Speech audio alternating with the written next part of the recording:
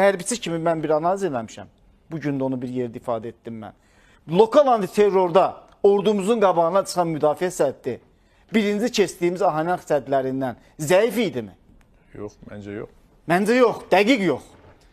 3 il ərzində biz bu efirdə Turşsu, Xəlfəli və s.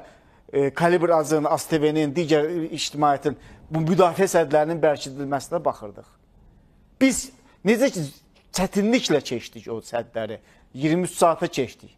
Amma o keçilməyən hissələr də qaldı. Onu cənab prezident özü siyasəti ilə keçdi. Bu həqiqətləri biz bəlkə də gec biləcəyik. Ermənistan revanşa qalxsa başına nə gələcək? Bu qədər açıq. Ermənistan revanşa qalxacaq.